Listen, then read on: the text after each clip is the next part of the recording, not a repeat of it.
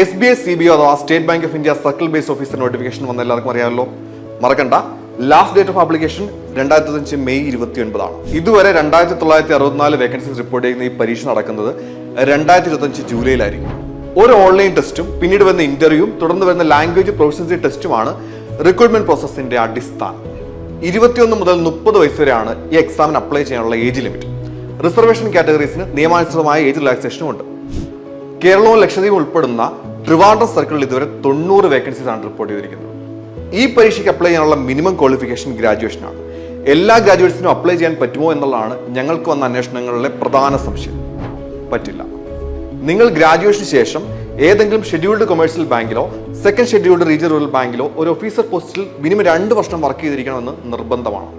വിഷമിക്കേണ്ട, ക്ലർക്കും POയും system ഓഫീസേഴ്സുമായിട്ട് 18,000 vacancies ആണ് SBI നിങ്ങൾക്കായി 2024 കരുതി വെച്ചിരിക്കുന്നത്. 2024-25 കാലഘട്ടത്തിൽ ബാങ്ക് ഇൻഷുറൻസ് മേഖലകളിൽ ഏകദേശം 20ഓളം എക്സാംസ് ആണ് നടന്നത്.